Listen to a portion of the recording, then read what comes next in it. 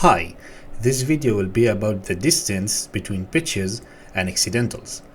The problem with the simple A, B, C, D, E, F, G system of identifying pitches is that it doesn't offer the correct distance between the adjacent pitches.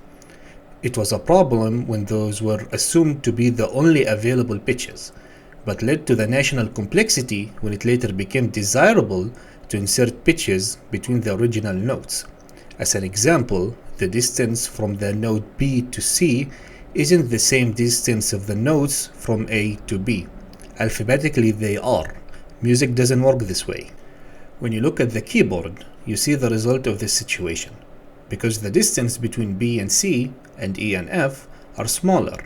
That's what's known as a semitone or a half step. But because the distance between all the other adjacent pitches was larger, what we know as a whole tone or a whole step, the black keys were inserted, which gave us the keyboard we know today. To make it more simple, if you see a black key between two white keys, the distance between the white keys is a whole tone, and the distance between two white keys that doesn't have a black key between them is a semitone, and the distance between a white key and a black key is a semitone. And here's the distance between every two pitches on the keyboard. A smaller distance than a semitone exists, but in Western music, it is not acceptable to use a distance smaller than a semitone, and some instruments, like the piano, doesn't have that option. In Eastern and Arabic music, for example, they use microtones or quarter step. However, Western music mostly doesn't allow it. To notate these added pitches, another set of symbols evolved, what we call accidentals. These symbols include the sharp, flat, and natural, as well as the double sharp and the double flat. Here is how they function. The sharp looks like a hashtag. It raises the associated pitch by one semitone or a half step. The flat, it looks like a small letter B. It lowers the associated pitch by one semitone or a half step. The double sharp looks like an X. It raises the associated pitch by two semitones or a whole step. The double flat looks like this. It lowers the associated pitch by two semitones or a whole step. The natural looks like this. It removes the effects of the sharps and flats. I'll show you how it's used in later videos. The sharps and flats are usually associated with the black keys.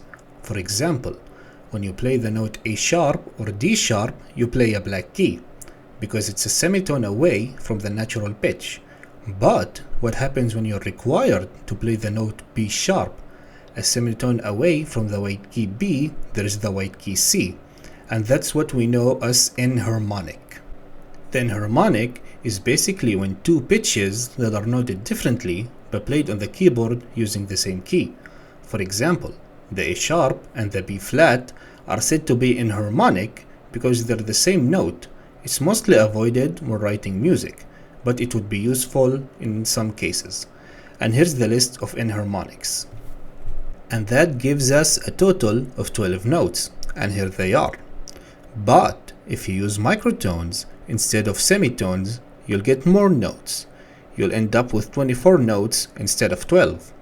But since microtones aren't acceptable in Western music and most genres don't use them, especially in modern genres, the course will not cover them.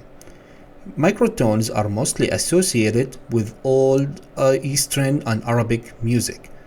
But nowadays, Eastern music, and especially Arabic music, took a lot of inspiration from the writing style of Western music, and especially the writing style of classical music. So Arabic music doesn't use microtones anymore and mostly uses semitones. That covers everything on the distance and accidentals. Exercises on this topic are available. Again, I highly encourage you to start solving those exercises. It's the best way to truly understand the meaning of this lesson and many others. See you in the next video.